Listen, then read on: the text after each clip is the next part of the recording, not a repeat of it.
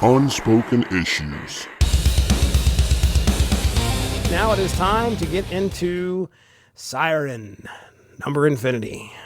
On shelves, September 14th, 1995. Title of the story is Infinite Possibilities. Written by Hank Canals. Penciled by Kevin West. And just throw out some interesting facts about Kevin West here. Kevin was the penciler that took over on Guardians of the Galaxy after Jim Valentino left. Jim Valentino, the writer of Guardians of the Galaxy, leaves at issue 29 to go do Image and Shadowhawk. Issue 30 is when Kevin takes over as penciler. His last issue of Guardians is issue 62, which happens in May of 1995. He does the Venom Super Special, and then he starts doing Ultraverse related stuff. The first two issues of Prime, and this is all like Black September related. I'm talking about the relaunch. He does Phoenix Resurrection, number 1, and then 4 issues of Foxfire, which is another Ultraverse book. Was Foxfire around before Black September hits? I think she was created after the merger. I'm not 100% sure, though. Okay. She might have been a character somewhere before that I've just forgotten about. Okay. He does 4 issues of Foxfire, which is, you know, that's all Foxfire there is, and that's in May of 96. By that time, we're getting ready to shut the doors on the Malibu Ultraverse experiment, I guess. All right, inked by Robert Almond, lettered by Clem Robbins, and colored by Ashley Posella.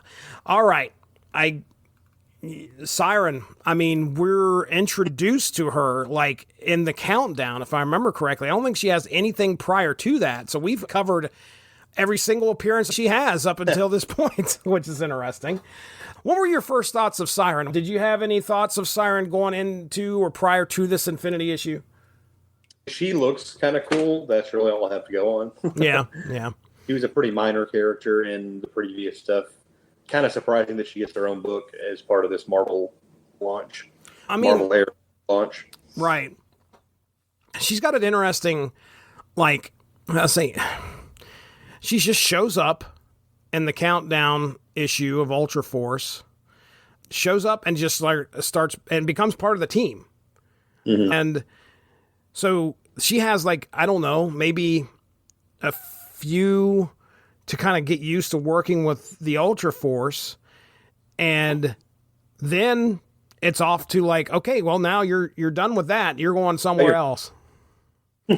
You're off somewhere else. So that's where we pick up. The whole Nemesis event happens and she gets tossed into a different reality. That's immediately where we pick up here. If you're ready, I'll go ahead and run down the podcast summary. Go for it. The story opens, like many stories do, in a maelstrom of chaos ripping through time and space, with Siren caught helplessly in its grasp. Torn from reality, she's hurled screaming into a swirling rift, one moment saving the universe, the next wondering what cosmic mistake landed her in peril again. When the storm subsides, she crashes into an unexpected setting, a dimly lit room, landing atop a waterbed.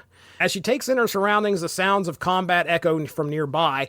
Curiosity overcomes caution, and peering through a vent, she spots a dojo full of disciplined martial artists.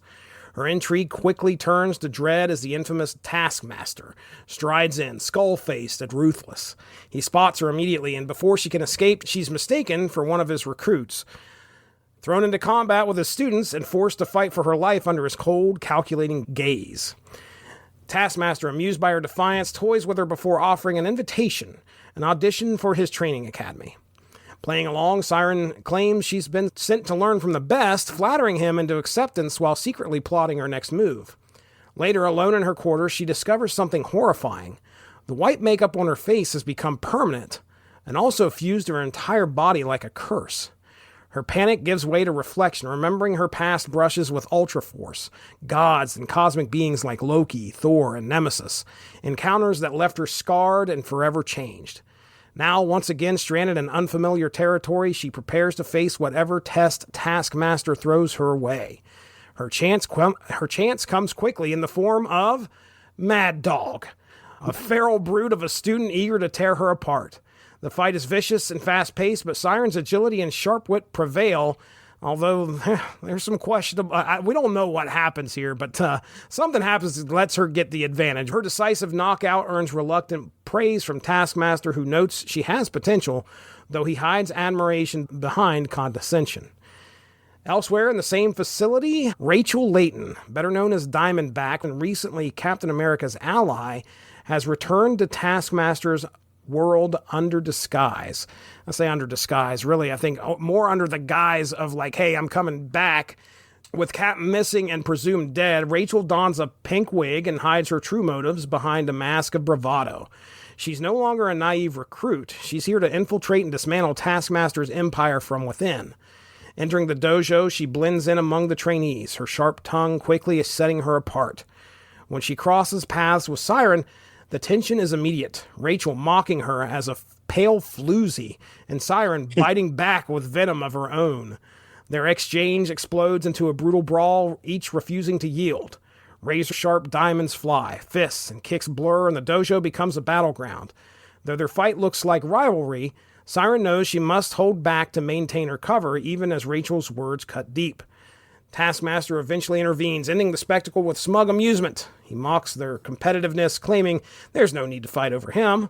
But his tone shifts as he reveals a darker purpose. Deeper into his base, he unveils the next stage of his operation, an elite contract job.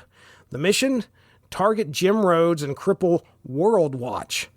But the true warning lands heavy. If they encounter Rhodes' armored alter ego, War Machine, they are to eliminate him as well. So there you go. There is Siren number Infinity. I'll start here real quick. I don't have too many notes, and some of the stuff might overlap with what you got there. Aside from the cover, the theme of reality and the Nemesis wave hitting and kind of fracturing, that really doesn't happen. Yeah. Sure, I didn't think about that. Yeah, I mean, she's just in the 616, and that's it. Just opens up there. Right.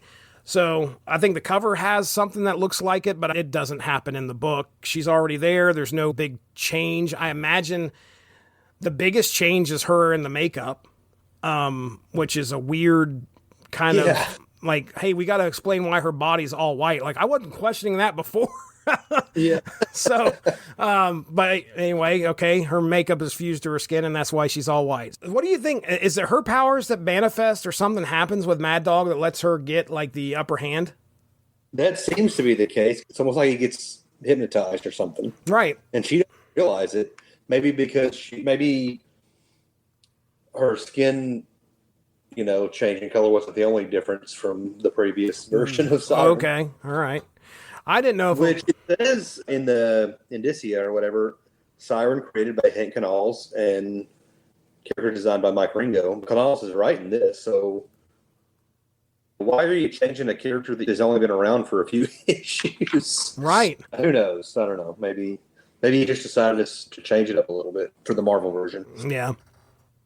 And then we have Diamondback, which, okay, I don't know much about Diamondback. I'm pretty certain she was a villain before this, and now she's, like the backstory says, she fell in love with, or was following Captain America. I guess she's going to be an interesting foil for Siren here. She's going to have to work alongside of her. And then World Watch, just to give the listeners an idea of what World Watch is.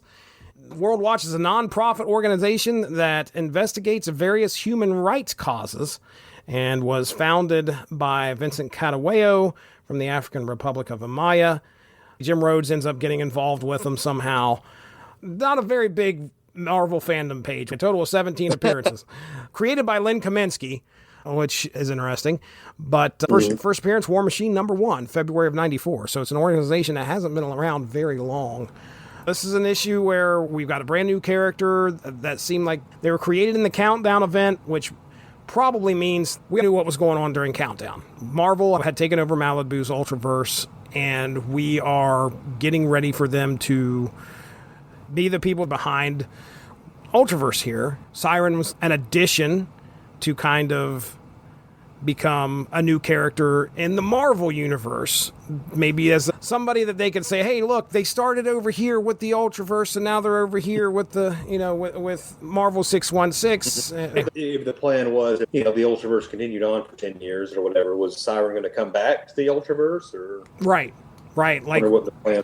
She was she going to run into Kevin? I could easily see that. She's not long for this world, though. I mean, Siren, let's look at Siren's appearances, because I'm pretty sure it's going to end with Siren number 3. I want to say it was 4 issues of Siren. All right, so we got Siren. Siren from Marvel is 3 issues. And she has a special as well in February of 96. Her appearances, though, she has a total of 19 appearances. Well, crap. She probably ends up back on Ultraverse or something. Yeah. She does Siren 1, 2, and 3, Siren Special. She ends up in the all-new... So after Siren Special hits, it's All New Exiles Volume 1, Ultraforce Volume 2, Ultraverse Unlimited, and then Ultraforce Volume 2, number 12. And that is apparently her final appearance. For now, that's right. We're not going to be pessimistic here. It's the 30th anniversary. I'm sure there's lots of discussion about bringing these characters back. I'm done talking now. What is your notes? This was an okay comic. This is probably the easiest. Like, this is the best example of, like, new reader friendly. Like, you don't need to know a lot about what's been going on with her. She kind of says, hey, I was in Ultraverse. There's the big 2-page recap, which is the best recap of previous material I think we got in any of these Infinity issues. Right. It shows the Ultraforce, Avengers stuff, and Loki and all that stuff. And then she's just kind of thrown into the Marvel universe with some characters that are familiar to at least longtime Marvel readers, Taskmaster and Diamondback. I don't really know much about Diamondback. I know it's a Captain America character, like you said, and she mentions here that Captain America at this time is presumed dead. I think the Mark Waid, Ron Garney run, or maybe that was part of it. Anyway, I love a Beavis and Butthead reference. We get one of those in here. We get a pop culture references in here. And some slut shaming for Siren. Oh, yeah. Calling Diamondback Miss On My Back. Dude, I just pulled up Rachel Layton's wiki, and as you were just saying that, a fictional character biography in Captain America 319, she reveals to Captain America that she has a brother and that when she was younger was introduced by him to the super criminal known as the Trapster. In exchange for weaponry that the Trapster provides her with, Layton suggests that in return she prostitutes herself to the criminal. So it's interesting that Siren says that. Yeah, that's pretty much all I got. I mean, it was fine, and it accomplished the goal of setting things up for her solo series. I'm curious to see what happens with War Machine, so we'll see what happens. You made a good point there. This is probably one of the more solid issues where you're going to come into this kind of comfortable with it being a first issue. Like, okay, who is this character? Oh, okay, here's a little bit of the backstory, and she's interacting with characters that this is what we were expecting Black September to kind of be. These characters were going to show up and be in the Marvel Universe, or at least that's what I was thinking it was going to be. These characters are now going to be absorbed into the Marvel Universe. I didn't realize we were going to have 2 separate universes still. So, yeah, she's going to be an assassin or whatever. I think it sets up things pretty good and gets you going for a first issue, and probably one of the stronger issues that doesn't leave you scratching your head about what happened. So, I agree 100%. I get to go first this time, right? Panel picking? Yeah. Well, I've got it listed here, and I think it's right there at the beginning. Page 3, and he's just looking at her, and he goes, "You!" And she's, of course, like, what is going on? I like that full page. I like how who are we talking about here again? Kevin J. West. I can't say that I've seen Taskmaster portrayed like that before, and maybe I haven't read too much with Taskmaster in it. Usually it's a skull-looking face. Mm-hmm. This looks more kind of like a cloth mask, and it just looks different than what I'm used to seeing him as, which I'm okay with. So I think that's why that landed on my panel pick there. So what do you got? I've got a similar one. Mine is page 22, panel 4, the final panel, where we see War Machine. It's a pretty good rendition of War Machine. I've always thought it's got a cool design to his armor. I agree. All right. We did it, Chris. We did it. My gosh, it was a long... I can wake you up because Black September has ended. We have officially reached the end. We did all 8. Infinity issues. Every countdown issue was discussed in some form or fashion. You were involved in the latter half of that. Black September will roll on as one of the most unique things that Marvel has done. And it's sad that we are 30 years later wanting a lot of these characters to come back. Unfortunately, due to circumstances, these characters just may not see pages again. It was indeed a Black September for a lot of people at that point. The many months after that were kind of dark. The letter that guy wrote expressed his concerns, and they all kind of sort of came to fruition. I must admit, I am rather concerned as to the direction the Ultraverse is taking. I have been collecting various Ultraverse titles since the formation of the Ultraverse line. In such time, I regularly enjoyed such titles as The Strangers, The Solution, and Freaks, just to name a few of those which you no longer publish. Let's start with the beginning of the story. I was somewhat new to the comic world when I was assaulted by a great new universe from Malibu. This new universe had great stories and wonderful art. Anyway, I was filled with a new zeal and collected each and every one of the Ultraverse titles. As time went on and my wallet shrunk, I selected a few of the Ultraverse books to follow. Now let me clarify something. When I say a few of the Ultraverse titles, I mean in comparison to all of them that I collected before. I bought more books from Malibu than I did from any other company. But the great stories surpassed my worry over my lack of funds. Soul collected and collected. Then Marvel acquired Malibu. I became worried that something strange might happen, like integrating the Ultraverse into the Marvel universe. Such an action would infinitely change the characters. Ultras like Prime, though feared, are rather revered in the Ultraverse. The X-Men reality contains only dislike for those considered homo superior. Anyway, I had faith, or I hoped at least, that the wonderful writers at Malibu would not allow anything terrible to befall their characters. As I'm ordering my comics for September, however, I see some rather startling revelations, such as 100% female mantra no more. Eden Blake and Lukash lose the mantra identity, and the new mantra is a full-blooded woman. I'm sorry, but if this means what it appears to mean, then you have destroyed mantra. The greatness of the character was the continual stress of having a male mind in a female body. Without such, mantra is merely another of the fad bad girls that are beginning to propagate throughout the industry. Please, please, please don't destroy this wonderful character. What you're doing with the Nightman might be interesting, though it might also annoy me to the nth degree. Again, you're treading dangerous waters where you might destroy a truly wonderful character. Again, I must praise the wonderful stories and art that have run rampant throughout the history of the Ultraverse. I feel such great love for the Ultraverse because you are not afraid to challenge new issues. Having Dave from The Strangers be a homosexual was great, and now Turbocharge, a youth, thinks he's gay. And Prime, the symbol for the whole of the Ultraverse, is Jewish. Needless to say, it's such greatness that has endeared me to the Ultraverse. And now you're changing. How much, I cannot say for now. I only hope that you do not destroy the Ultraverse. You have canceled some great titles already. I fear what you have in store for those few which remain. And I have a greater fear of what might happen if you continue them.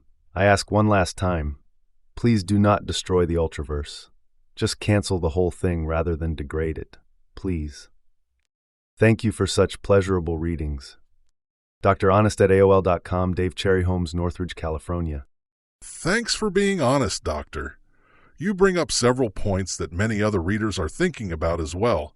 So, even though this letter doesn't deal with Ultraforce specifically, I thought I'd print your letter here. Change isn't always a bad thing. If handled improperly, it certainly can be.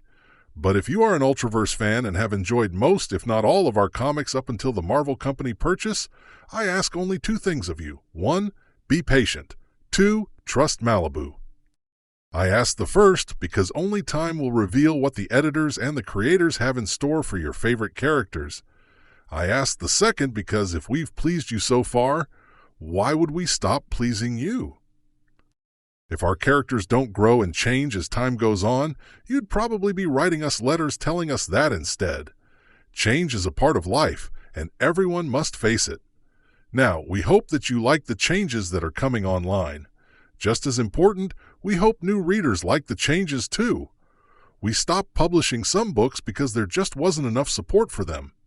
Since we started these changes that many people fear, sales on Ultraforce alone have increased 30%.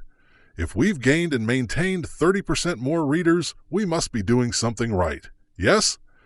Your support means a lot to us, Dave.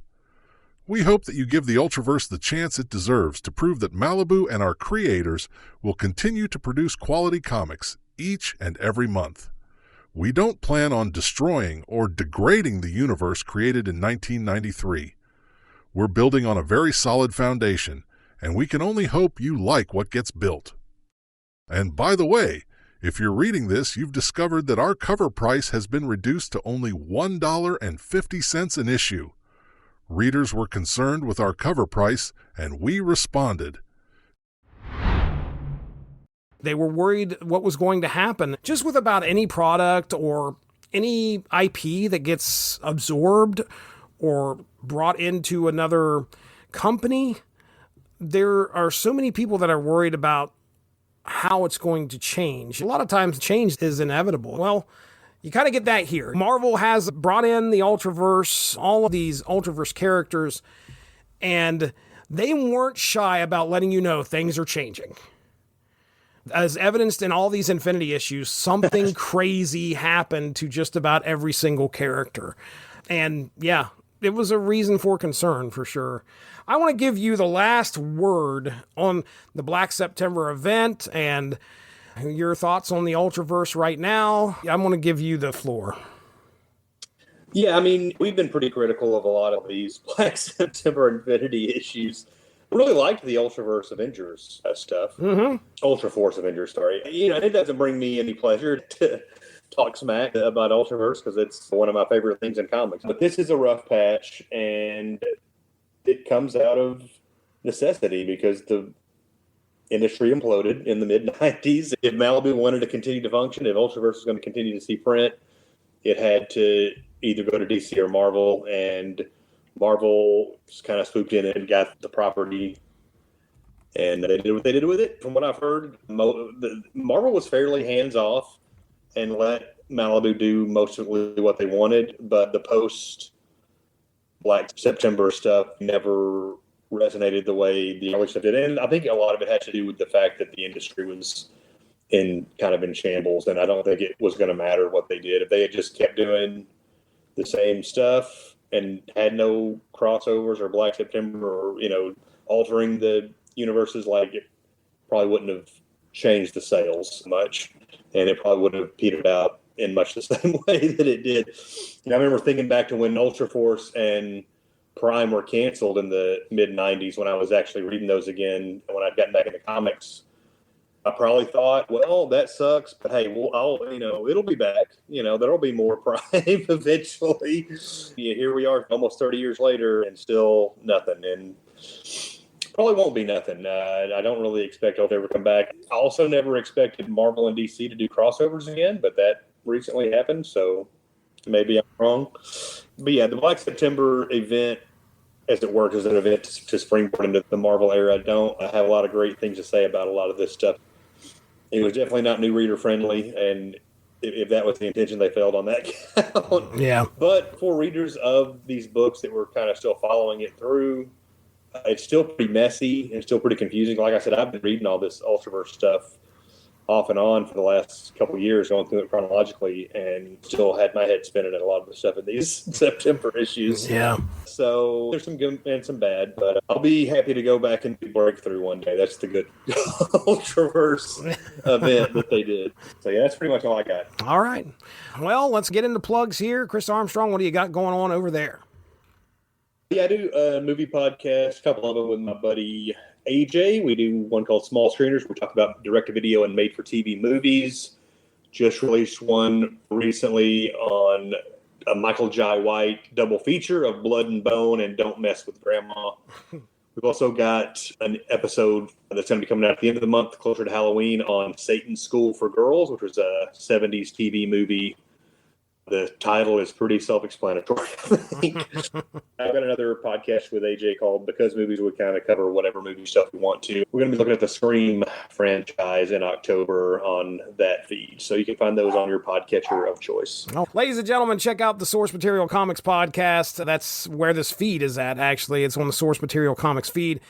We have the Source Material Comics podcast, which does podcasts of just about any era. We have the Unspoken Issues podcast that does podcasts strictly about the 90s. We've got over 100, I think close to 150 or a little over 150 episodes there. So please feel free to check that out. We did Black September, should be all in the archive right now. So please go back and check that out and listen to any episodes you might have missed. The YouTube channel is probably the best way to catch that. You can also go onto any podcatcher and just type in the Source Material Comics podcast, and you should be able to pull us up there. Also do a podcast with Evan Bevins where we talk about Marvel Snap. If you play Marvel Snap on your mobile device, you might want to check that out. We usually drop about 4 to 5 20-minute episodes every month to discuss what's coming up this season, next and previous season. We'll talk about all the fun that we had. So there you go. That is it. Black September has ended. Wake Billy Joe Armstrong up and let him know we are out of here. That's Chris Armstrong. I'm Jesse Starcher. Have a good one. Bye-bye. All right. Force it.